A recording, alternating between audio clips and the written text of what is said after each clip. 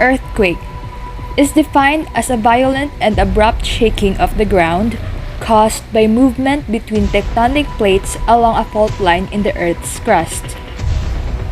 Earthquakes can cause significant damage to buildings, properties, and life. Preparation can cut down on the loss of lives, which is why you should have a plan in place in case there is an earthquake. What to do before an earthquake? Prepare the following: first aid kit,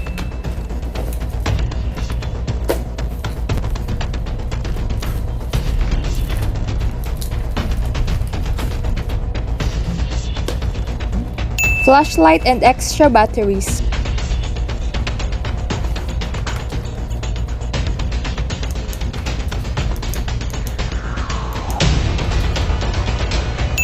food supplies, an envelope containing important documents,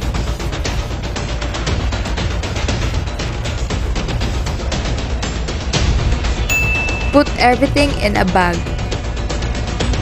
Learn how to turn off gas, water, and electricity in case the lines are damaged. Keep a list of the emergency hotlines. What to do during an earthquake. If you are inside, stay inside. Move away from glass, hanging objects, high shelves, and other heavy objects that could fall.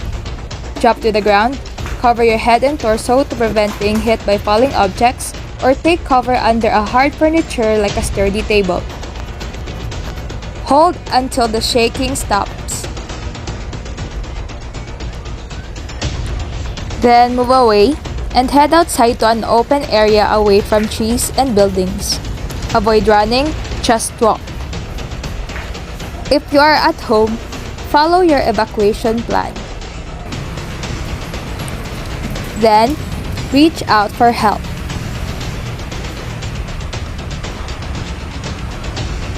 The occurrence of an earthquake is unforeseeable.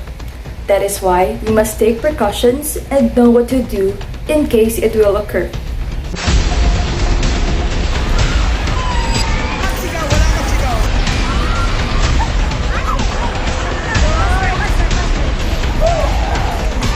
This